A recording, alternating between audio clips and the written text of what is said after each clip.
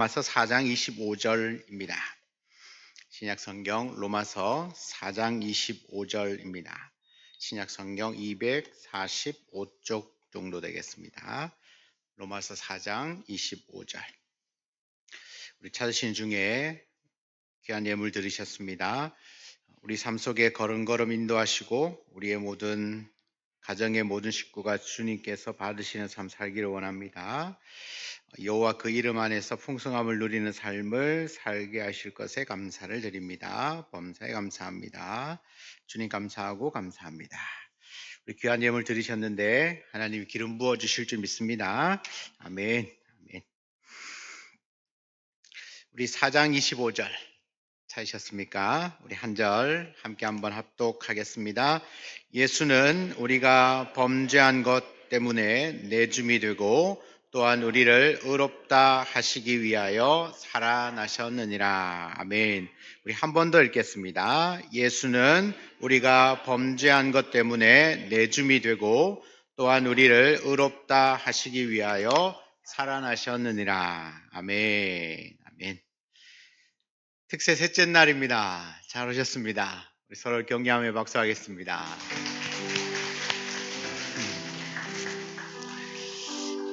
네, 지금쯤은 조금씩 피곤해지겠죠. 네, 근데 내일 되면 괜찮습니다.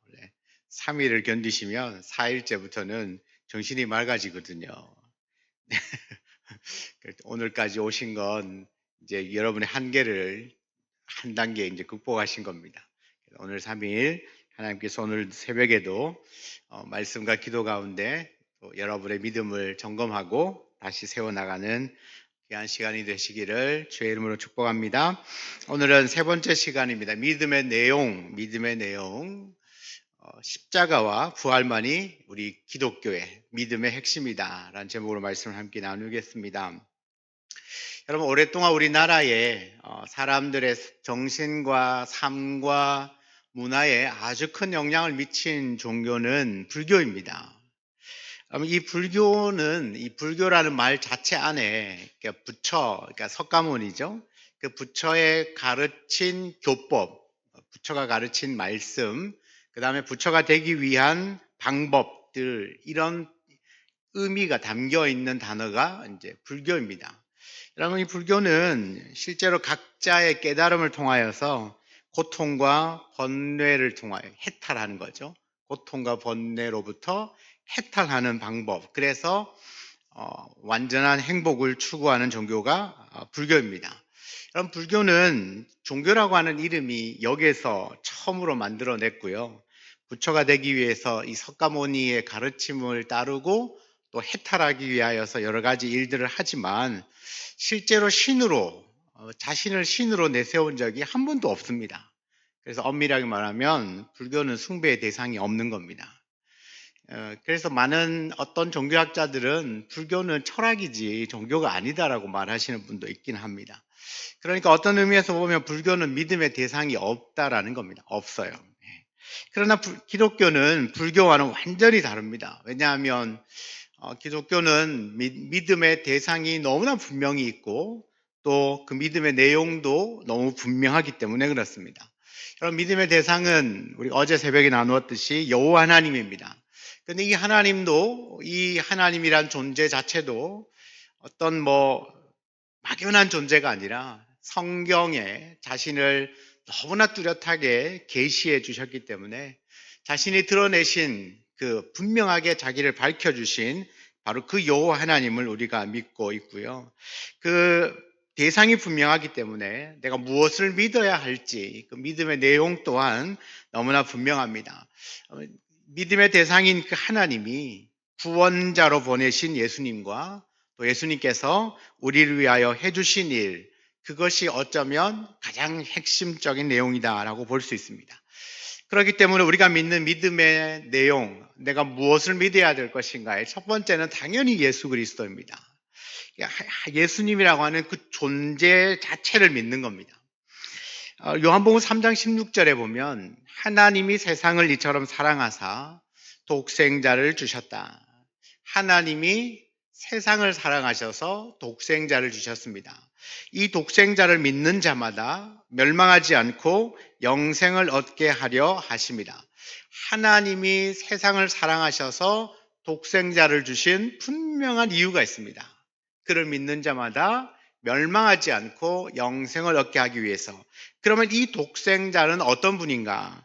요한복음 1장 14절에 말씀이 육신이 되어 우리 가운데 거하심에, 하나님이 우리를 멸망하지 않고 영생에 이르게 하기 위하여서 보내어 주신 독생자는 말씀이 육신이 되어 우리 가운데 계시는 분입니다. 그럼 말씀이 육신이 되었다. 그럼 말씀이 도대체 뭐냐?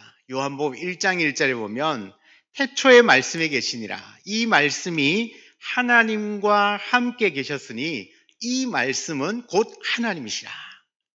그러니까 말씀이 누구냐? 하나님입니다. 그런데 그 하나님이 뭐가 되었다는 거죠? 육신이 되셨다. 그리고 어디에 있습니까? 우리 가운데 계십니다. 말씀이 육신이 되어 우리 가운데 거하시는데 그분을 가만히 보니까, 다시 성경 띄워주셔야 돼요. 그분을 가만히 보니까 우리가 그의 영광을 보니까, 그러니까 말씀이 육신이 되어 우리 가운데 거하시는 그분을 보니까, 그의 영광을 보니까 아버지의 독생자의 영광이다. 그리고 은혜와 진리가 충만하더라. 그러니까 분명히 육신, 사람이 되셨는데 이렇게 그분의 영광을 보니까 아버지의 독생자의 영광이다. 아버지는 하나님 아버지죠. 그러니까 하나님 아버지의 그 영광이 그분 안에 있더라. 왜요? 그분은 하나님이시니까. 그러니까 육체를 입고 우리 가운데 오신 그 말씀이 육신이 되어 오신 예수님이 누구라는 거죠? 하나님이시라는 겁니다. 그러므로 그 예수 안에는 참 독특합니다. 그분은 사람이기 때문에 인성을 갖고 계시고 하나님이시기 때문에 신성을 갖고 계십니다. 이 양성을 동시에 가지고 계시는 아주 기묘하신 분, 영어로 말하면 wonderful 하신 것, 아주 기묘하신 존재가 하나님, 예수님이십니다. 그러면 이 예수님은 왜 양성이 필요했나? 인성과 신성이 필요했는가 하면 인간을 죄에서 구원하는 구주의 자격을 얻기 위해서입니다. 우리를 구원하여 주실 구주, 그리스도의 자격을 얻으시기 위하여 양성이 필요했던 겁니다. 예수님께서 사람이 되심으로 사람의 죄를 대신하여 죽음의 형벌을 받으실 수 있는 겁니다. 예수님이 성육신하지 않으셨다면 사람을 대신하여 십자가에 달릴 수가 없는 겁니다. 그러니까 사람의 죄를 대속하기 위해서는 사람이 되셔야 했다는 겁니다. 그래서 뭐가 필요합니까? 인성이 필요했습니다. 자, 반대로 예수님이 단지 사람이기만 했다면 죄인을 위하여 대신 죽은들 아무런 효력이 없습니다. 죄인이 또 다른 죄인을 대속할 수 없기 때문에 당연히 죄가 없어야 할, 죄가 없는 사람이어야 합니다. 또한 어떤 사람도 죄사함의 권세를 가진 사람은 없습니다. 그러면 이 죄사함의 권세는 유일하게 하나님만 갖고 계십니다. 자, 죄가 없어야 하고, 그리고 하나님만 가지고 있는 죄사함의 권세를 가지셔야 하기 때문에 이분은 하나님이셔야 합니다.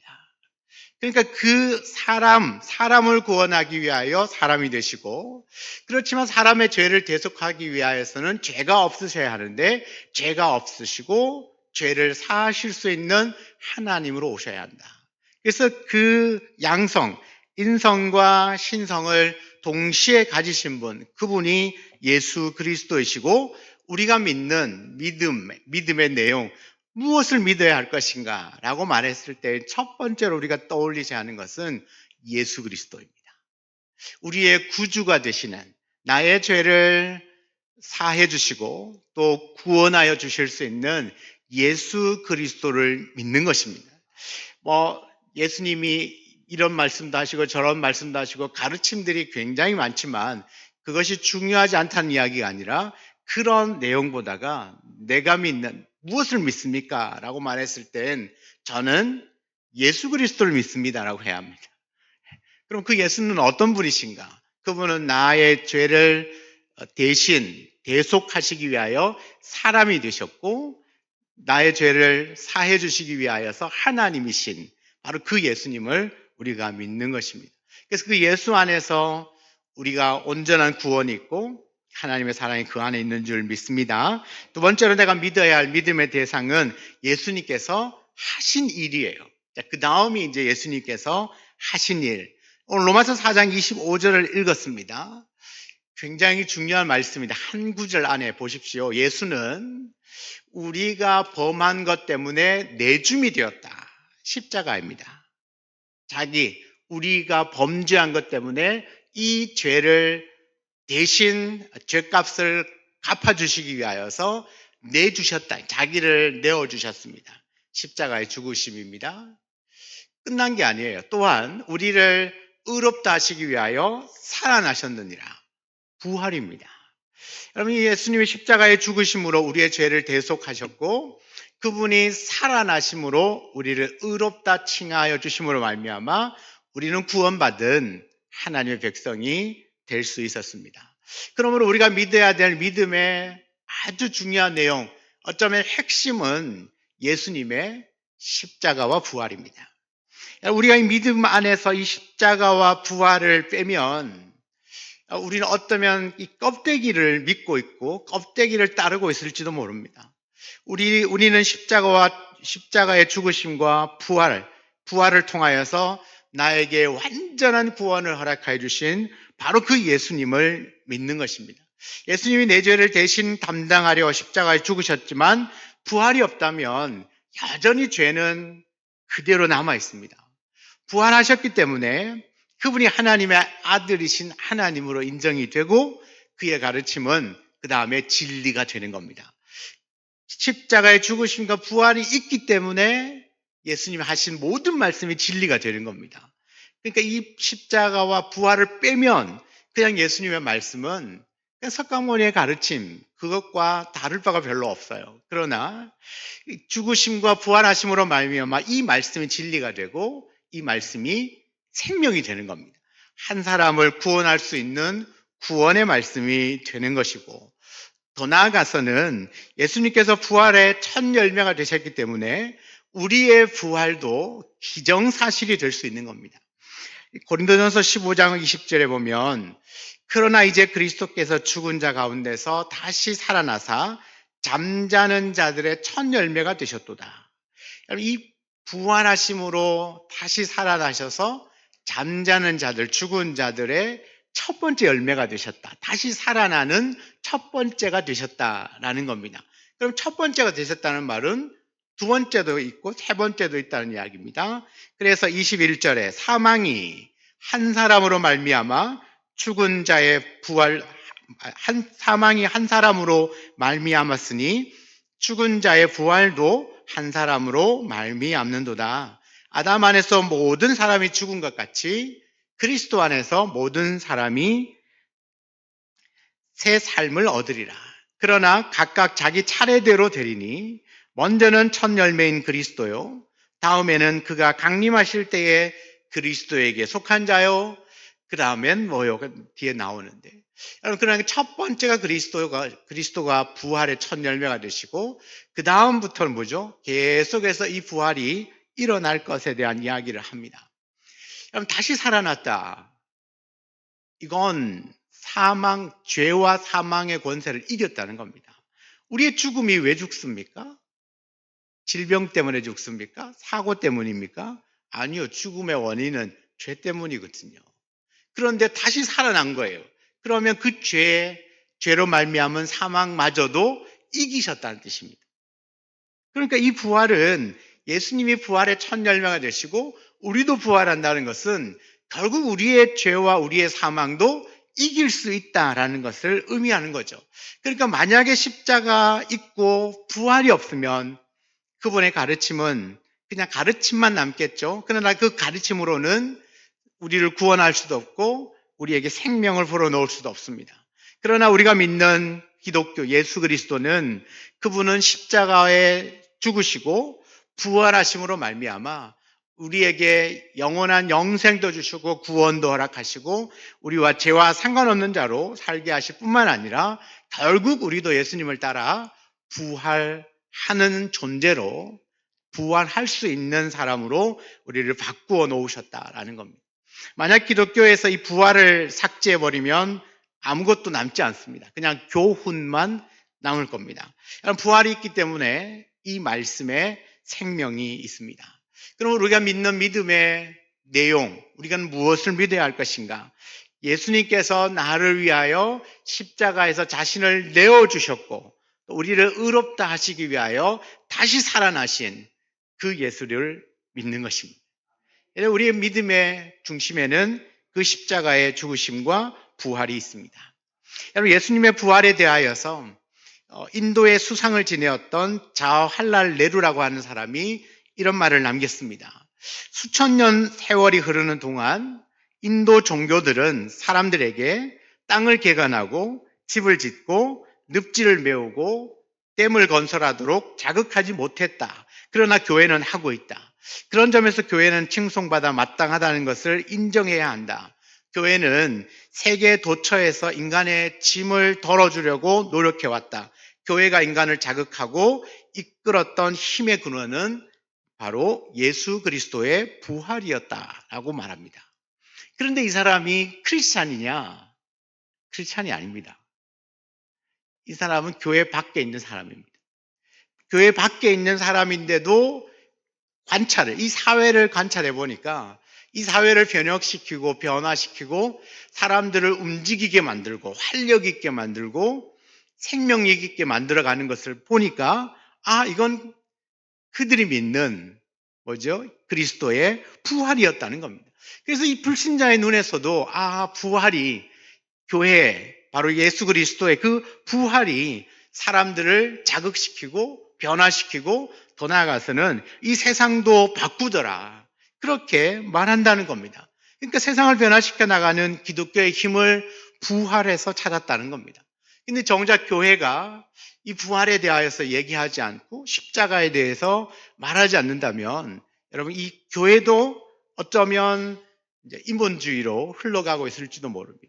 이 교회의 능력은 결국 십자가와 부활이고 우리 성도들의 능력도 십자가와 부활에 있습니다.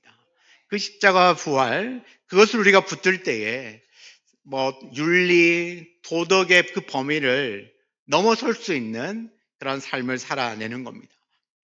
여러분, 기독교의 유명한 변증가죠. C.S. 루이스 목사님은 예수님의 최대 업적은 그분의 부활 메시지다라고 그랬습니다. 예수 그리스도의 최대의 업적은 부활이었다. 그리고 그 메시지로 다시 사실 것이다. 여러분, 그러니까 이 기독교에서 부활을 빼면 기독교가 아닌 거죠. 그렇다면 우리의 믿음에서 십자가의 죽으심과 부활을 빼면 껍데기만 남는 겁니다. 껍데기만 남는 것이죠. 여러분, 이 말은 우리의 믿음이 예수님이 나를 위하여 하신 십자가, 나를 위하여 자신을 내어주신, 우리의 죄를 사하기 위하여 자기를 내어주신 그 십자가와 그런 내어줄 뿐만 아니라 우리를 의롭다고, 하나님의 자녀라고 구원을 위하여서 다시 부활하신 그 십자가와 부활을 믿는 것이 우리의 믿음의 핵심이다라는 겁니다. 그러므로 우리는 어쩌면 예수님의 가르치신 수많은 그 말씀들보다 우선적으로 예수님 자체를 믿어야 합니다. 사랑하는 여러분, 예수님을 믿으시길 축복합니다. 근데 그 믿는데 그냥 무작정 저는 예수님 믿습니다 이게 아니라 어떤 예수님을 믿으실 거냐? 하나님이 세상을 사랑하사 이처럼 사랑하사 독생자를 주셨는데 왜? 이는 누구든지 그를 믿는 자마다 멸망하지 않고 영생에 이르게 하기 위해서. 그러니까 멸망하지 않고 영생을 주시기 위하여 하나님은 우리에게 독생자를 보내셨다는 겁니다. 그 독생자가 예수님인데 그럼 그 예수님은 우리를 멸망하지 않고 또 구원하시기 위해서 무슨 일을 하셨는가? 그분은 십자가에 자기를 내어주셨고, 십자가에 내어주셨다는 말이 무슨 의미입니까? 나의 죄를 대속하셨다는 뜻이죠. 나의 죄를 대속하셨고 부활하심으로 그 구원을, 그 사랑을 완벽하게 보여주셨습니다. 그러므로 우리가 믿어야 되는 건 무엇을 믿어야 되는가? 예수 그리스도 자체를 믿어야 합니다. 그리고 그분이 나를 위하여 하신 십자가와 그 부활을 믿는 것입니다. 그 다음에 나머지 그분이 하신 말씀들을 하나하나씩 붙이시는 거죠. 근데 그 다음에 붙여지는 모든 말씀에 생명력을 불어넣는 것은 결국 십자가의 죽으심과 부활입니다. 부활이 거기에 생명을 불어넣고 구원을 불어넣는 것입니다. 그러나 믿음의 내용이 옳아야 그 믿음이 바른 믿음입니다. 저는 이 말씀을 믿습니다. 근데 그 말씀의 주체가 누구냐? 예수 그리스도라는 거죠. 그럼 그리스도가 그럼 누구냐? 예수님이 누구냐? 하나님이 보내신 분. 그분이 무슨 일을 하셨는가? 그분 우리를 위하여 자기를 내어주셨고 부활하심으로 우리를 의롭다 하신 분이시다.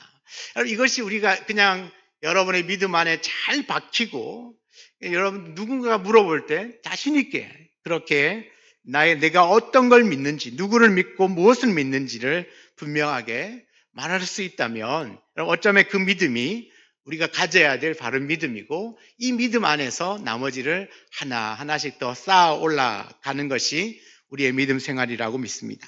저와 여러분은 예수님이 어떤 분이라고 믿습니까? 예수님이 어떤 분이신지, 또 그분은 나를 위해서 무슨 일을 하셨는지, 그분이 하신 일은 분명합니다. 십자가에서 자신을 내어주셨고 부활하심으로 우리를 의롭다 하셨다는 사실, 우리가 이것을 믿고 이 믿음을 의지하여서 그다음 나머지 주님이 하신 그 말씀들을 받을 때에 우리 안에 생명력이 있고 우리를 구원에 이르는 참된 지혜가 그 말씀 안에 있을 줄 믿습니다.